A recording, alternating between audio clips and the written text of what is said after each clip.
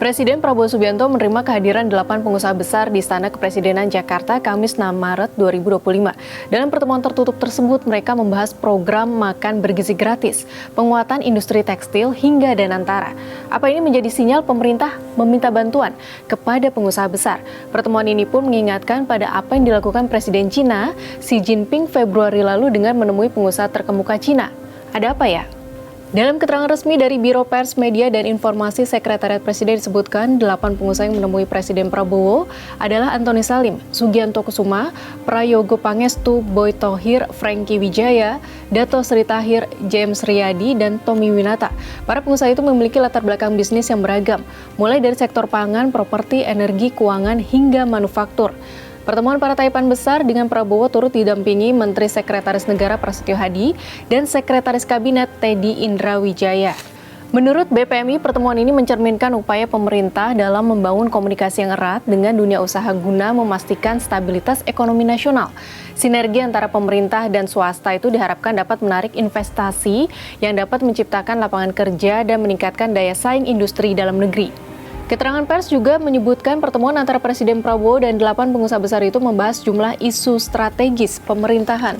Isu-isu yang dibahas antara lain program MBG, pembangunan infrastruktur, hingga upaya swasembada pangan dan energi.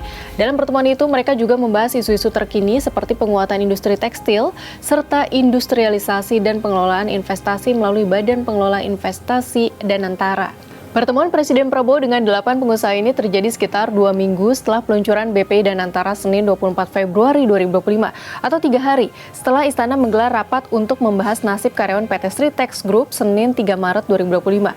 Selain itu, beberapa hari lalu pemerintah juga menyepakati 21 proyek hilirisasi tahap pertama dengan total investasi mencapai 40 miliar dolar AS.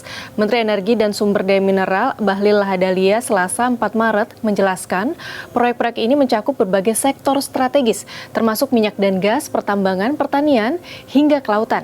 Jadi pertemuan ini dekat dengan momentum proyek. Pertemuan Presiden Prabowo dengan 8 pengusaha juga mengingatkan dengan pertemuan serupa yang sebelumnya dilakukan oleh Presiden Cina sekaligus Sekretaris Jenderal Partai Komunis Cina Xi Jinping.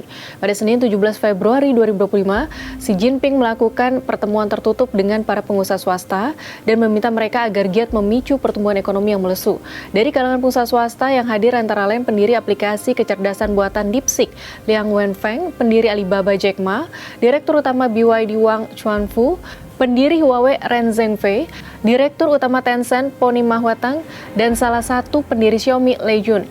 Dari pemerintah Cina, pertemuan dihadiri Xi Jinping dan orang kedua dan ketiga Cina, yaitu Perdana Menteri Cina Li Xiang dan Wakil Perdana Menteri Ding Xuexiang.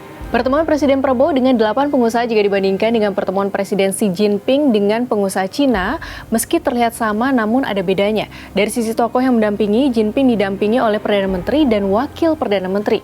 Nah, di pertemuan Presiden Prabowo tidak didampingi oleh Wakil Presiden dan Menteri Koordinator Ekonomi. Apapun itu, kita lihat ke depan apa pertemuan ini makin membuat stabilitas ekonomi Indonesia membaik. Kalau menurut sahabat Kompas, bagaimana?